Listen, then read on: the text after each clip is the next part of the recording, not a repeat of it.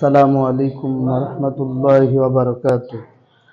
দুরূদ শরীফ পড়ি। আল্লাহুম্মা সাল্লি আলা মুহাম্মাদিন ওয়া আলা আলি মুহাম্মাদ কামা সাল্লাইতা আলা ইব্রাহিম ওয়া আলা আলি ইব্রাহিম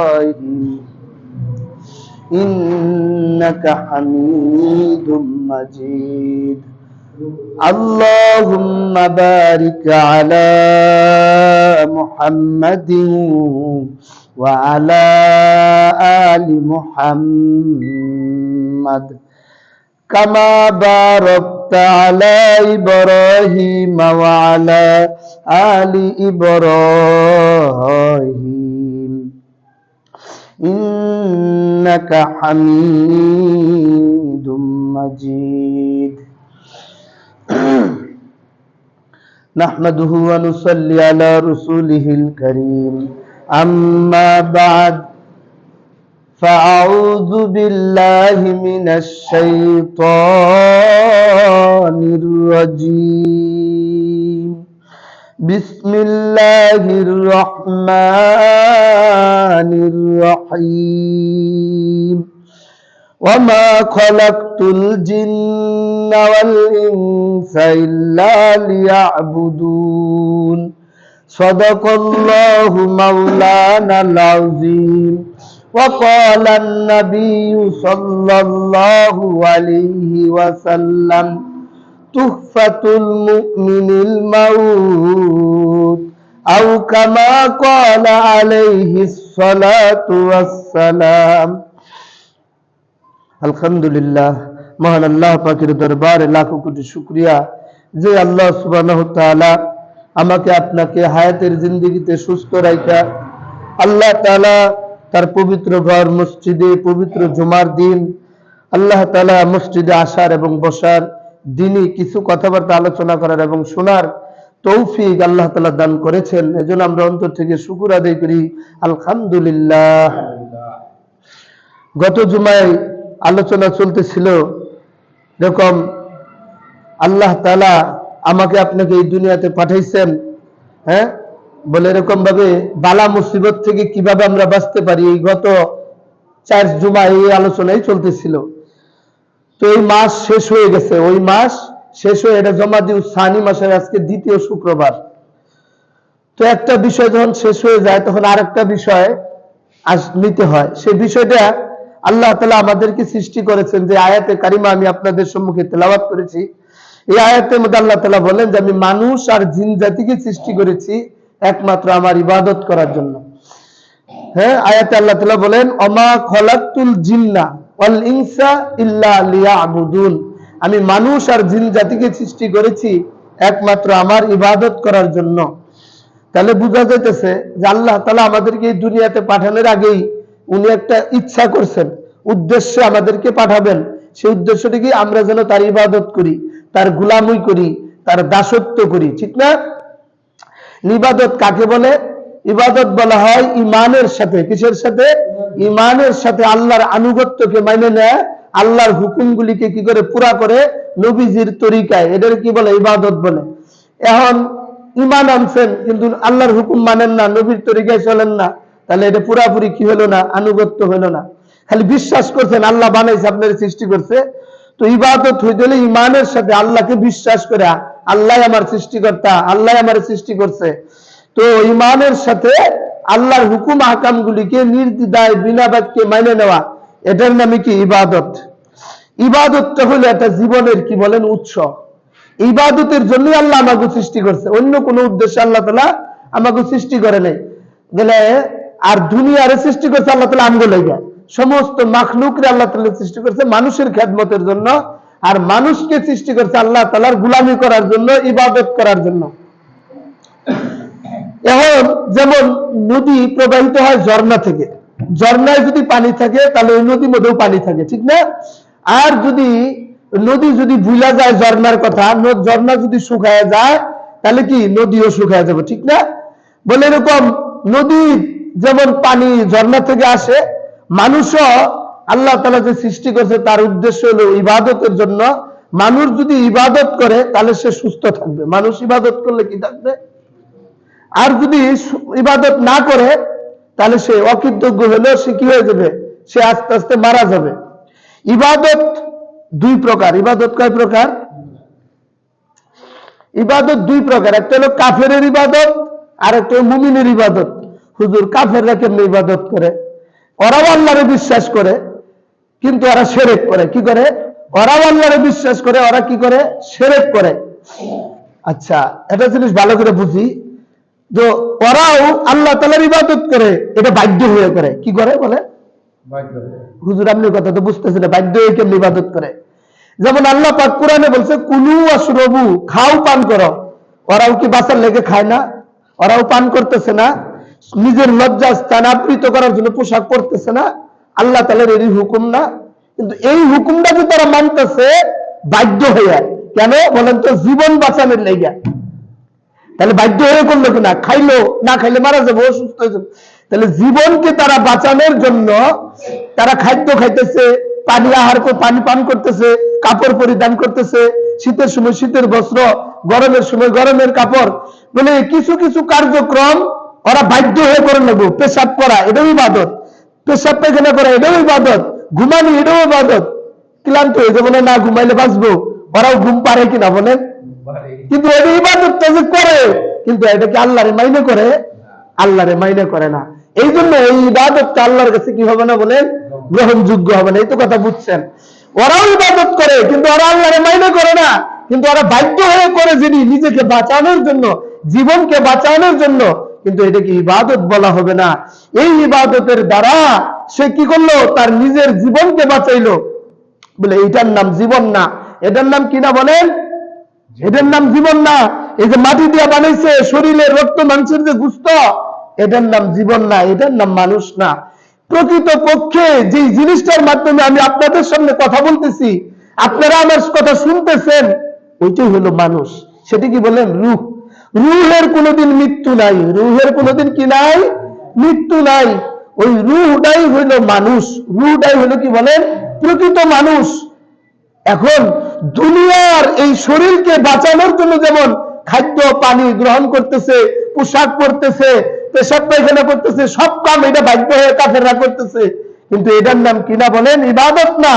এগুলি কইরা যেমন এই রূহের আমরা যেমন এই শরীরকে শীত গরম থেকে বাঁচানোর জন্য পোশাক পরি, ঠিক আল্লাহ তাআলা রূহকে পোশাক পরাইছেন মাটির শরীর দিয়া। রূহটা হলো আসল মানুষ, আর যে বডিটা দেখতেছি এটা হলো কভার, এটা হলো পোশাক। আমার শরীরে যেমন একটা পোশাক কিনছি এটাকে ঢাকার জন্য, রূহটাকে আল্লাহ তাআলা ঢাকার জন্য একটা কভার দিছে, একটা পোশাক দিছে, সেটা কি বডি, এই বডিটা। কিন্তু ওরা এই বডিটার খেদমত করতেছে, কিন্তু এই বডিটা একদিন তো শেষ হয়ে যাবে, কবরে গেলে মাটিতে পৌঁছে গেলে শেষ হয়ে যাবে, ঠিক কিনা? এই বডি আর বাঁচবে না, বডি তো দুনিয়ার বডি, দুনিয়াতেই শেষ হয়ে যাবে। কিন্তু আল্লাহ যে জিনিসটা দিছিল মানুষকে সৃষ্টি করছে ইবাদতের জন্য, ওই ইবাদত তারা করতেছে না। আল্লাহকে মাইনে নিয়ে আল্লাহর হুকুম করতেছে না। যদি আল্লাহকে মাইনে নিয়ে ওইগুলো করতো তাহলে ওইটাও তাদের কি হইতো বলেন? ইবাদত হতো। কিন্তু মুসলমান কি করে বলেন? আল্লাহর হুকুমকে মানে, আল্লাহকে মানে, মাইনে কি করে? দুনিয়ার সব কিছু করে। এটা কি ইবাদত হবে? মুসলমানের জিন্দেগি পুরাটাই বন্দেগি, যদি সেটা কি হয়? আল্লাহর হুকুম নবীর তরিকায় হয়। কথা বুঝতেছেন ভালো করে? ওরা কি করে না? আল্লাহরে মানে না, কিন্তু বাধ্য হয়ে কিছু কিছু কাজ করতেই হয়, কিন্তু এটার নাম ইবাদত না। আর মুসলমানের জিন্দেগি পুরাটাই হলো বন্দেগি। কারণটা কি? মুসলমান আল্লাহর হুকুম মানে, আল্লাহরে মানে, আল্লাহরে বিশ্বাস করে, আর কি করে? নবীর তরিকায় চলে। এই জন্য মুসলমানের জিন্দেগি পুরাটাই বন্দেগি। আর যদি না মানে তাহলে কি বন্দেগি হবে? তো যেই কথাটা বলতেছিলাম, এই দুনিয়ার এই শরীরকে সুস্থ রাখার জন্য ওরাও খাওয়া দাওয়া করে, পোশাক আশাক করে, আমরাও করি, কিন্তু এটার নাম ইবাদত না। কিন্তু রূহের একটা খোরাক আছে কিনা? রূহের খোরাক হলো নামাজ, রোজা, হজ, যাকাত। অর্থাৎ আল্লাহ যে সমস্ত হুকুম করছে সেগুলোকে পালন করা, যেগুলি নিষেধ করছেন সেগুলি থেকে বেঁচে থাকা। এইটা হলো রূহের খোরাক। কিসের খোরাক? যদি আমি এই মাটির শরীরে খাওয়ান দিই সুস্থ থাকে, আমি যদি আল্লাহর হুকুমকে মাইনে নেই, তাহলে আমার রূহ কি থাকবে বলেন? সুস্থ থাকবে। আমার রূহ যদি সুস্থ থাকে, আল্লাহ পাক আমাকে আপনাকে জান্নাত দিবে। আর ওরা কি করতেছে? মাটির শরীরে যত্ন করতেছে। প্রকৃত মানুষ যেটা রূহ, আল্লাহর হুকুম মাইনা সেটার খেদমত করতেছে না, ওইটা কি করবে? ওই বুড়ির একদিন জাহান্নামে যাবে। ওই রুহ আর যে তারা অসুস্থ মানে হারাইছে, এই অসুস্থ রুগী এটারে কি করবো? জাহান্নামের আগুনে জ্বালাবো। আর তখন খালি করবো আল্লাহ বাঁচাও, আল্লাহ বাঁচাও, আল্লাহ বাঁচাও, চিৎকার করবে। কিন্তু ওই চিৎকারে কোনো লাভ হবে বলেন? ওই চিৎকারে কোনো লাভ হবে না। ওই চিৎকার তাকে বাঁচাইতে পারবে না। ওই আল্লাহ বাঁচাও বাঁচাও বলতে বলতে তাদের দিলের মধ্যে আল্লাহ ভুইসা যাবে, তাও কাজ হবে না। ওই দুনিয়ার আল্লাহ ডাক একটা কাজও আর হবে না। এই দুনিয়ায় পাঠাইছে আল্লাহ তাআলা আখিরাত কামাই করার জন্য। এটা না করে কি করছে? খালি নিজের শরীরের যত্ন করছে। হ্যাঁ, বলে এরকম বডির সেবা করছে যে প্রকৃত যে মানুষ রূহ এটার খেদমত করে নাই। এটার খেদমত কি? আল্লাহর হুকুম মানা, নবীর তরিকায় চলে গেলে বলে এটার কি হইতো? রূহের খেদমত হইতো। আর রূহটা তখন জান্নাতে যাবে। রূহটা তখন কই যাবে? জান্নাতে যাবে। মুহতারাম হাজরিন, পবিত্র সূরা আলে ইমরানের 83 নম্বর আয়াতে আল্লাহ তাআলা বলেন, এই পৃথিবীর সব কিছুই কি আল্লাহ তাআলার এরকম অনুগত্য করে, আল্লাহ তাআলাকে মানে। পবিত্র কোরআনে আল্লাহ তাআলা বলেন, বিসমিল্লাহির রহমানির রহিম, ওয়ালাহু আসলামা মান ফিস সামাওয়াতি ওয়াল আরদি তাওআন ওয়া কারহা। আল্লাহ তাআলা এই আয়াতের মধ্যে বলতেছেন সব কিছুই ওয়ালাহু আসলামা, সবকিছু তার আজ্ঞাধীন, আল্লাহ তাআলার আজ্ঞাবহ। মান ফিস সামাওয়াতি ওয়াল আরদি, এই আসমানে, পৃথিবীতে, দুনিয়ার এই জমিনে যা কিছু আছে সব কিছুর কি আল্লাহ তাআলার অনুগত। তাওআন ওয়া কারহা, কেউ সবাই কি আল্লাহ তাআলাকে মানে, ইতাআত করে, অনুসরণ করে, আল্লাহর বাধ্য হয়ে থাকে। যেমন এই গাছপালা, তরু লতা, পশু পাখি সবাই আল্লাহর হুকুম মানতেছে না? কেউ বাধ্য না, সবাই আল্লাহ তাআলার কি বলেন? বাধ্য। যখনই দেখবেন একটা গাছ মারা গেছে, এর মানে ওর ইবাদত বন্ধ হয়ে গেছে। একটা পাখি মারা গেছে, ওর ইবাদত বন্ধ হয়ে গেছে, ওর আর কোনো হিসাব নিকাশ নাই। পাখি কিচির মিচির ডাকতেছে, এটা তার ইবাদত। গাছে ফুল ফুটছে, এটা তার ফুলের ইবাদত। মানে গাছ বড় হয়েছে ছোট থেকে, এটা গাছের ইবাদত। প্রত্যেকটা মাখলুক আল্লাহ পাকের হুকুম মানতেছে, অথচ মানুষ যারা কাফের, বেদিন, মুসলমান হয়েও আমরা আল্লাহ তাআলার হুকুমগুলিকে পুরাপুরি মানতেছি না। মুহতারাম হাজরিন, আমার এই প্রত্যেকটা জীবনের সব কিছুকে যদি ইবাদতের উদ্দেশ্যে আমি পরিণত করতে চাই, তাহলে 5টা জিনিসের প্রতি আমাকে খেয়াল করতে হবে। কয়টা জিনিস? 5টা জিনিসের বিষয়ের প্রতি আমাকে খেয়াল রাখতে হবে। 1 নাম্বার, আমার আকীদা ঠিক আছে কিনা। 1 নাম্বার কি? আমার আকীদা ঠিক আছে কিনা। 2 নাম্বার, আমার ইবাদাতিয়াত, আমি যে ইবাদত করব, ইবাদতটা কি আল্লাহর জন্য করতেছি কিনা। 3 নাম্বার, মুআমালাত। মুআমালাত মানে লেনদেন। মুআমালাত মানে কি? লেনদেন। আর এটা কি? মুআশারাত। মুআশারাত যেটা কি আখলাক, আচার ব্যবহার, মানে আত্মীয় স্বজনের সাথে। আর 5 নাম্বার আখলাকিয়াত। এই 5টা বিষয় যদি আমার ঠিক হয়ে যায়, আমার জীবনের সবগুলি ইবাদত হবে। কি হবে? আর এই 5টা বিষয়ের মধ্যে যদি আমার গলতি থাকে, সমস্যা থাকে, তাহলে আমি কি ধরা খেয়ে যাবো। কি? মুহতারাম হাজরিন, আকীদা কি? আকীদা হলো আল্লাহরে আমরা কেউ দেখি না, দেখি বলেন? আল্লাহরে না দেখে বিশ্বাস করা, আল্লাহরে না দেখে বিশ্বাস করে তার হুকুম আহকামগুলি মেনে নেওয়া। ফেরেশতা আমরা দেখি না, তারপরে কবরের আযাব আমরা দেখি না, জান্নাত জাহান্নাম আমরা দেখি নাই, দেখছি বলেন? নবীজি কোরআন হাদিসের মাধ্যমে আমরা সংবাদ পেয়েছি, এগুলোরে আমরা বিশ্বাস করছি। এদের নামই হলো কি? গায়েবের প্রতি বিশ্বাস। আমরা না দেখে বিশ্বাস করার নাম হলো গায়েবের প্রতি কি? বিশ্বাস। বলে গায়েবের প্রতি বিশ্বাস করা, এটা হলো কি? এই একটা আকীদা আমার ঠিক হয়ে যাওয়া। আল্লাহকে না দেখে বিশ্বাস করার নামই কি? ঈমান। আল্লাহকে না দেখে বিশ্বাস করার নামই ঈমান। আর যদি না দেখে বিশ্বাস না করি, তাহলে আমার ঈমান থাকলো না। মুহতারাম হাজরিন, হ্যাঁ, এরকম 1941 সালে এরকম ভারতের এক জমিদার বাবু ছিল। কি ছিল? জমিদার বাবু। সে তার জীবনটা অনেক কাটাইছে, ইবাদত বন্দেগী তার মধ্যেই করছে। মানে হিন্দু জমিদার বাবু। কি? সে মনে মধ্যে করতেছে যে অনেক কিছুই দেখলাম, অনেক কিছুই শুনলাম, অনেক কিছুই করলাম, কিন্তু জীবনে আমার একটা জিনিস দেখার বাকি রইল। সেটা যদি আমি দেখতে পারতাম, তাহলে আমার জীবনের স্বাদ ইচ্ছাটা পুরা হইতো। জমিদার বাবু বলতেছে, সেটা কি? বলে আমি তো জীবনে অনেক কিছুই দেখলাম, কিন্তু ভগবান তো দেখলাম না। কি কয়? ওরা যে পূজা করে রাম লক্ষ্মণ, হ্যাঁ, বলে এই ভগবান তো আর আমরা দেখলাম না, আমি এই ভগবান দেখবো। এই ভগবান দেখার জন্য এই হিন্দু, এই জমিদার বাবু মাথুরা নামে একটা জায়গা আছে, ওই এলাকাতে গেছে এক সাধু নাকি ভগবান দেখায়। কি দেখায়?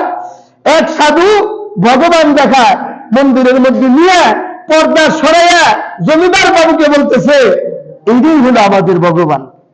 জমিদার বাবু কয় এটা তো আমি শুধু কালদিনেই দেখতেছি, এইটা আবার কেমন ভগবান? আমি সত্যিকারের ভগবান দেখতে চাই যিনি আমার সৃষ্টি করছেন। তো এই হিন্দু সাধু বলতেছে আমার কাছে জমিদার বাবু এই ভগবানই আছে, এই ছাড়া আমার কাছে আর কোনো ভগবান নাই।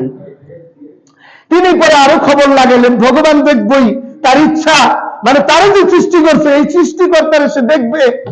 এরপরে সে খবর পাইল এমন একটা জায়গায় কাশী নামে একটা জায়গা আছে, ওই কাশীতে এক হিন্দু সাধু ভগবান দেখায়। কি দেখায়? ভগবান দেখার জন্য ওই কাশীর মধ্যে এলাকা চলে গেছে জমিদার বাবু। যাওয়ার পরে ওই হিন্দু সাধু জমিদার বাবুরে এমন একটা এলাকার মধ্যে নিয়ে গেছে, ওখানে একটা পাথর দিয়া, দামি পাথর দিয়া বানানো মূর্তি, পর্দা সরায় পেতেছে জমিদার বাবু এইটাই আমাদের ভগবান। কি কয়? এটাই আমাদের ভগবান। এটা তো আমি ছোট তুলেই দেখতেছি, এই সমস্ত মূর্তি এটা কি আমার ভগবান হইতে পারে? এটা তো তোমরাই বানাইছ, এটা আমরাই পূজা করি, এটা ভগবান হইতে পারে না, এটা আমার সৃষ্টি করতে পারে না। এটাও সে বিশ্বাস করলো না, এখান থেকে ফিরত আসলো। এরপরে আরো একটা জায়গার নাম শুনলো, জায়গার নাম হলো বৃন্দাবন। আমি বৃন্দাবনে যাব, এক সাধু বলে খুব ভগবান দেখা, খুব ভগবান, মানে মানুষ আয় সাক্ষী দিছে অমুক জায়গায় বৃন্দাবনে সাধু কি করে ভগবান দেখায়, অনেকে এসে সাক্ষী দিছে। এই সাক্ষীর কথা শুনে উনিও গেছে বৃন্দাবনে ওই সাধুর কাছে ভগবান দেখার জন্য। সাধু বলতেছে একটু অপেক্ষা করেন, আসছেন দেখার জন্য, রাত্রি গভীর হোক, গভীর রাত্রি হইলে আমি আপনাকে যখন ডাক দিব তখন আপনি ভগবান দেখার জন্য আমার কাছে আসবেন। একটু অপেক্ষা করছে, রাত্রি গভীর হয়েছে। এই দিক দিয়া জমিদার বাবুরে ওই ডাক দিয়ে নিয়ে গেছে, দেখেন তো ওই যে একটা আলো দৌড়াদৌড়ি করতেছে, এবার এইদিকে যায়, এবার ওইদিকে যায়, ওইটাই হলো আমাদের ভগবান। কি জমিদার বাবুরে বুঝাইতেছে, একটা আলো দৌড়াদৌড়ি করতেছে, প্রদীপের আলো পরে দৌড়াদৌড়ি করতেছে, চলতেছে, ওইটাই আমাদের ভগবান। হিন্দু জমিদার কয় তাহলে তো আমার কাছে যায় দেখুন লাগে, এই দূরত্ব দেখলে তার আমার সাপ জাগতেছে না, কিরম ভগবানের আলো, ওইটা আমি একটু কাছে যাই দেখি। কিন্তু আর আগ্রহ তো বেশি, ও আর করতেছে ওই দিক যান না, জৈলাপুরে আপনি শেষ হয়ে যাবেন, ওরে ভয় দেখেতেছে। আরে চললাম, তার তো ভগবান দেখলাম। হ্যাঁ, ভগবান দেখার জন্য আরো কাছে গেছে, জিপ মানে দেখবই। দেখার পরে কাছে যায় দেখে এক পুকুরের মধ্যে কচ্ছপের পিঠে এরকম ভাবে কি করে দিছে, এরকম একটা সিমেন্টের ঢালাই উপরে দিয়া ওর উপরে মোমবাতি মানে প্রদীপের আলো জ্বলাই দিছে। আর ওই কচ্ছপটা পানির মধ্যে এদিক যায় এদিক যায়, আলোটা কি একবার এদিক যায় এদিক যায়। তো এটা কি এর ভগবান? এটা তো একটা কচ্ছপের উপরে তুই মোমবাতি প্রদীপের আলো জ্বলাই দিছে, এটাই ভগবান। তো এই বৃন্দাবনের সাধু বলতেছে যাব না, যা করার আমার পেটের ভাত মাইরেন না, এটা যদি আপনি প্রকাশ করে দেন আমার আর কাজ থাকবে না, আমার কাছে মানুষ আর বিশ্বাস করবে না। আপনি আমার কাছে থেকে যান, আপনি আপনার ডাইল ভাত খাওয়াবো। জমিদার কয় বহু ডাইল ভাত আমার কাছে আছে, আমার কাছে অনেক মানুষ পড়ে থাকে, আমি মানুষের ডাইল ভাত খাওয়াই, তোর ডাইল ভাত খাবার লেগে আমার এনে পড়ে থাকা লাগবে না। এই জমিদার বাবু চলে গেলেন, মুসলমানদের মসজিদের কাছে চলে গেলেন। যাওয়ার পরে জিজ্ঞাসা করতেছে জমিদার, এক মুসল্লিরে জিজ্ঞাসা করে তোমাদের মধ্যে তোমাদের ধর্মীয় বড় আলেমকে আমাকে একটু দেখায় দাও। তখন এক লোক বলে দিল যে আমাদের এই বর্তমান জামানায় আশরাফ আলী থানভী রহমতুল্লাহ আলাইহি, উনি সবচেয়ে জামানার এখন কি বড় বিজ্ঞ আলেম, তুমি তার কাছে যান, আপনি তার কাছে যান। এই জমিদার বাবু মাওলানা হযরত আশরাফ আলী থানভী রহমতুল্লাহ আলাইহির কাছে গেলেন। যাওয়ার পরে জিজ্ঞাসা করতেছে আমি অনেক চেষ্টা করছি ভগবান দেখার, ভগবান দেখতে পারি নাই, শুনছি আপনাদের ধর্মের আল্লাহ তাআলা সৃষ্টিকর্তা, আপনি কি আমার একটু আল্লাহ দেখাবেন? তো আশরাফ আলী থানভী রহমতুল্লাহ আলাইহি বলতেছে বসেন, আপনারা বলতেছি শুনেন। উনি বলতেছে যদি আপনি আল্লাহ দেখাইতে পারেন তাহলে আমি মুসলমান হব। জমিদার বাবু বলতেছে আপনি যদি আমার আল্লাহ দেখাইতে পারেন তাহলে আমি কি হব? মুসলমান হব। এখন আশরাফ আলী থানভী রহমতুল্লাহ আলাইহি বলে এই দুনিয়াতে কেউ আল্লাহকে দেখতে পারবে না, আপনি মুসলমান হন আর না হন এটা আমার কোনো যায় আসে না, কিন্তু আমি আপনাকে একটা সত্য কথা বলি, আপনি যদি মুসলমান হন জাহান্নামের আযাব থেকে বেঁচে যাবেন, জাহান্নামের অগ্নি থেকে বেঁচে যাবেন, আল্লাহ তাআলা আপনাকে জান্নাত দান করবে। কি বলছে? সত্য কথা তিনি বলছে। আল্লাহকে কেউ দেখতে পারবে না এই দুনিয়াতে, কিন্তু যেদিন আপনি জান্নাতে যাবেন সেই দিন আল্লাহ আপনাকে দেখা দেবে। সুবহানাল্লাহ, ঠিক কিনা? জান্নাতীদেরকে আল্লাহ দেখা দিব না? ওই কথাটাই বলছে। তখন এই সত্য কথাটা আশরাফ আলী থানভী রহমতুল্লাহ আলাইহির এই কথাটা জমিদার বাবুর দিলের মধ্যে খুব লাগছে যে হ্যাঁ, বাস্তব কথাই, আল্লাহকে তো দেখাই যাবে না, কিন্তু আল্লাহকে যদি দেখতে চায় মরার পরে জান্নাতে যায় দেখা হবে। কথাটা তার দিলের মধ্যে লাগছে। সাথে সাথে এই হিন্দু জমিদার বাবু হযরত মাওলানা আশরাফ আলী থানভী রহমতুল্লাহ আলাইহির কাছে কালিমা পড়া মুসলমান হয়ে গেছে। সুবহানাল্লাহ। হ্যাঁ মুহতারাম হাজরিন, আল্লাহকে পবিত্র কোরআনের সূরা কিয়ামার 22 থেকে 23 নম্বর আয়াতে আল্লাহ তাআলা বলেন, বিসমিল্লাহির রহমানির রহিম, উজুহু ইয়াওমাইযিন নাযিরা ইলা রাব্বিহা নাযিরা। এই আয়াতের মধ্যে আল্লাহ তাআলা বলতেছেন, কাল কিয়ামতের দিন মুসলমানের কিছু চেহারা এত উজ্জ্বল হবে, এত পরিপূর্ণ নূরের মতো দেখা যাবে, উজুহু ইয়াওমাইযিন নাযিরা, উজ্জ্বল দেখাবে, হাস্যোজ্জ্বল থাকবে, কোনো কষ্টের ছাপ থাকবে না। ইলা রাব্বিহা নাযিরা, তারা তাদের প্রভুর দিকে তাকাই থাকবে, দেখতে থাকবে, আল্লাহরে দেখতে থাকবে। এই আয়াত হলো যে আল্লাহর কাল কিয়ামতের দিন দুনিয়াতে জান্নাতে গেলে দেখবেন, আখিরাতে, এই আয়াত হলো তার দলিল। তো আল্লাহ তাআলাকে মুসলমান কি করতে পারবে? জান্নাতে গেলে দেখতে পারবে। মুহতারাম হাজরিন, আর যারা নাকি কি করবে না, আল্লাহর হুকুম মানবে না, নবীর তরিকায় চলবে না, এরকম কাফের হয়ে থাকবে, জাহান্নামের শাস্তি ভোগ করবে।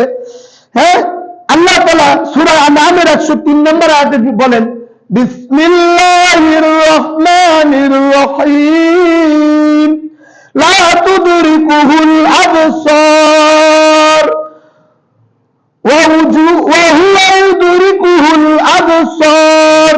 আল্লাহ তাআলা বলেন যে লা তুদরিকুহুল আবসার, আল্লাহকে কেউ এই দৃষ্টিতে দেখতে পারবে না। আল্লাহ যেমন সৃষ্টিকর্তা, এই দৃষ্টিতে দুনিয়াতে এই চক্ষু দিয়ে আমরা কি আল্লাহকে এই দুনিয়ার কোন চক্ষু, দুনিয়ার কোন দৃষ্টি ধারণ করতে পারে না। ও আল্লাহ ইউদরিকুহুল আবসার, কিন্তু আল্লাহ তাআলা সব কিছুকে কি করেন? তার দৃষ্টিতে ধারণ করেন। তিনি সৃষ্টি করছেন, তিনি সবকিছুকে দেখতেছেন। এরপরে বলেন, ওয়া হুয়াল লাতীফুল খবীর, আল্লাহ তাআলা সূক্ষ্মদর্শী, তারপরে তিনি সব কিছুর খবর রাখেন। আল্লাহ তাআলা আমার সৃষ্টিকর্তা, তিনি সব কিছুর খবর রাখেন। তো এই দুনিয়াতে চর্ম চক্ষুতে কি দেখা যাবে না? আল্লাহকে দেখা যাবে না, কিন্তু আমি যদি আল্লাহর হুকুম নবীর তরিকায় মানে যাই, পরকালে আল্লাহ তাআলা আমারে কি দেখাবেন? জান্নাত দেখাবেন।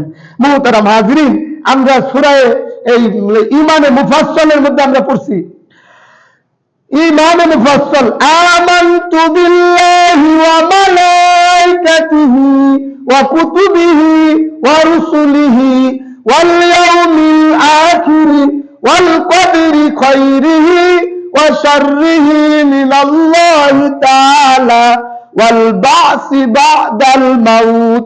আমানতু বিল্লাহ, এই কথার অর্থ কি? আমি আর প্রথমে আল্লাহ তাআলার উপরে ঈমান আনলাম, ঠিক কিনা?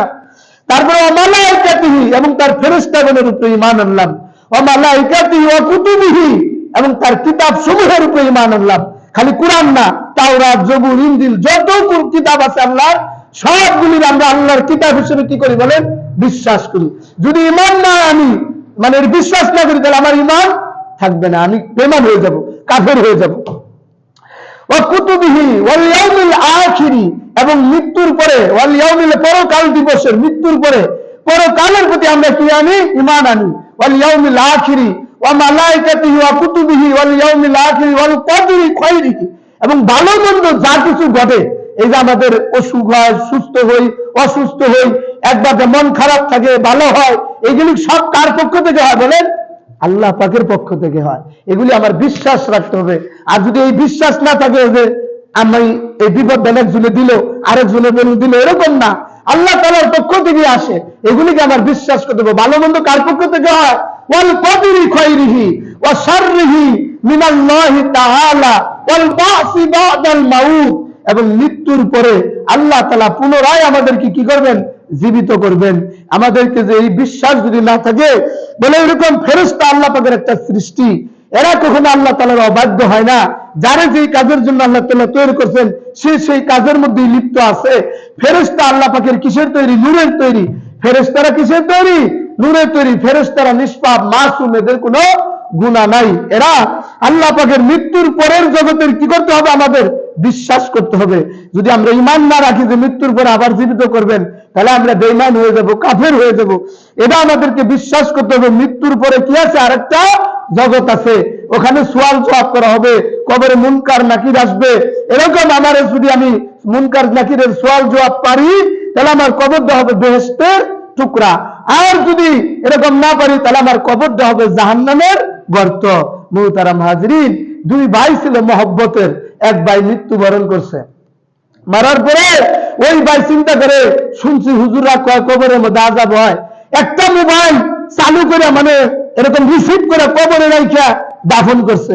আর একটা মোবাইল দুনিয়াতে রাখছে, মানে জমিনের উপরে রাখছে, হুন্ডো বাইরে সওয়াল জবাব করবো, প্রশ্ন করবো, কেমন আযাব হয় না সওয়াল জবাব পাইলে কি না পাইলে এটা শুনবো।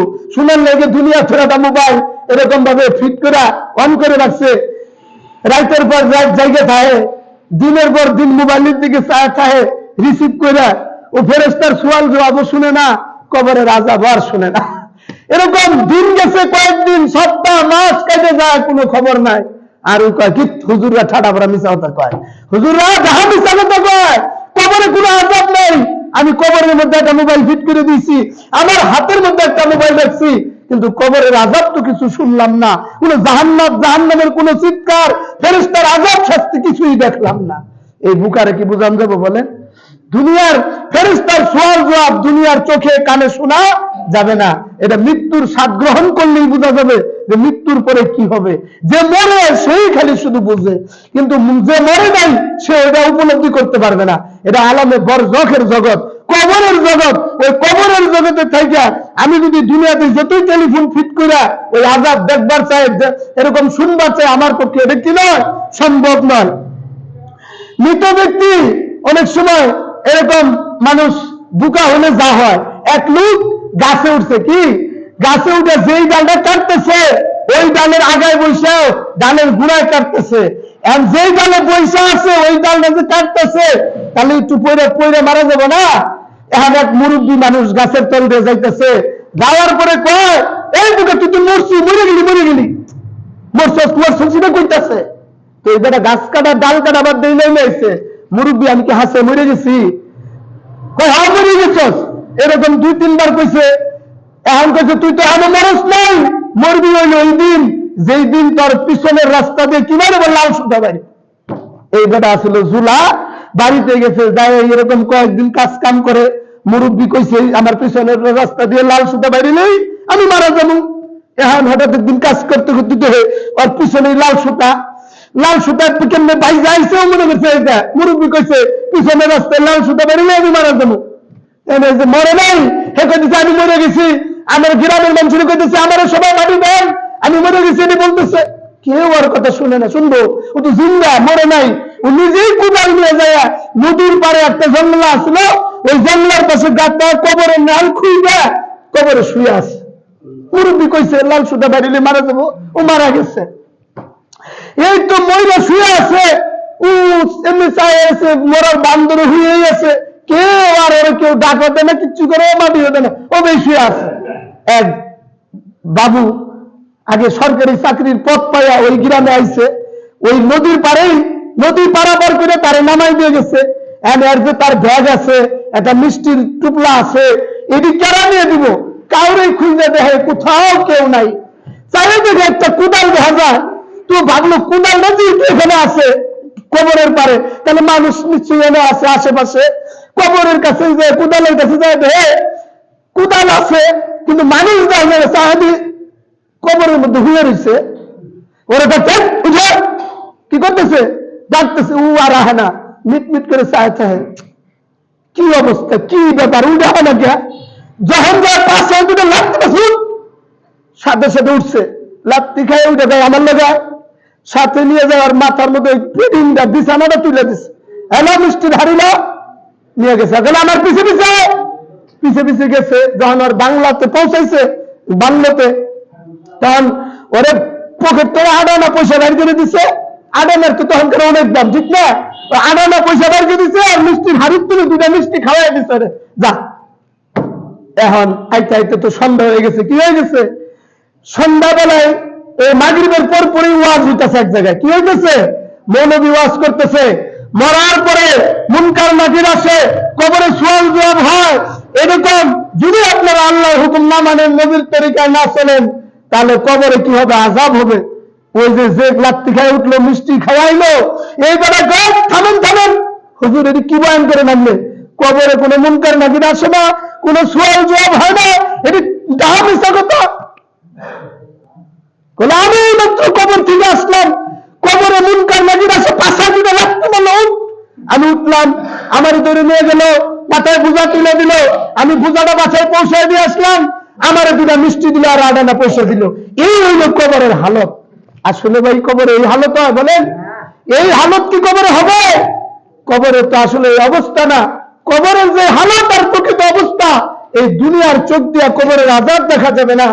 যে মৃত্যুবরণ করবে, মৃত্যু নামক পর্দা, এই সেতু যখন তার চোখের ঘুম ভাঙে যাবে, আমরা যেমন স্বপ্নের মধ্যে রাজা হয়ে যেতেছি, বাদশা হয়ে যেতেছি, গাড়ি চালাইতেছি, বিল্ডিং করতেছি, ঘুম ভাঙলে কি আর এগুলি থাকে ভাই?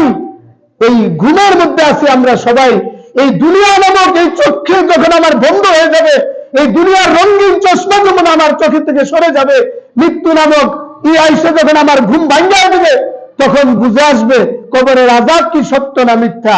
মুহতারাম হাজরিন, ওই কবরের আযাব থেকে আমি আপনি যদি বাঁচতে চাই, তাহলে আমাদেরকে আপনাকে কি করতে হবে?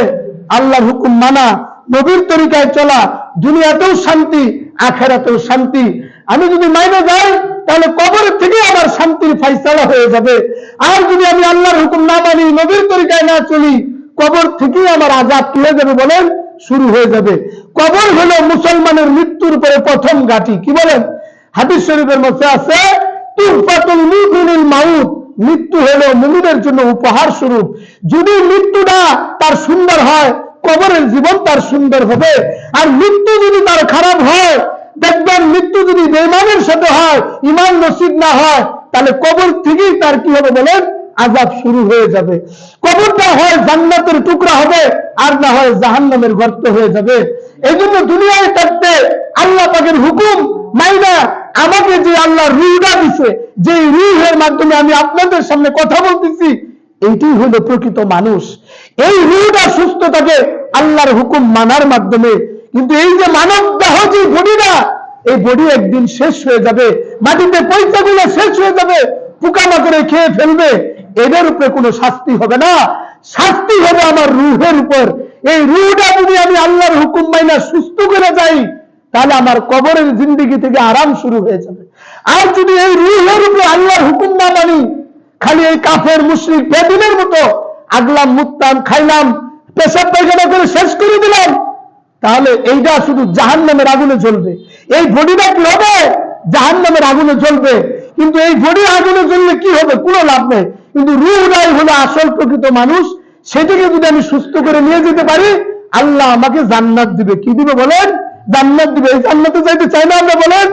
এই জন্য আমরা কি করবো? আল্লাহর হুকুম মানবো, নবীর তরিকায় চলবো।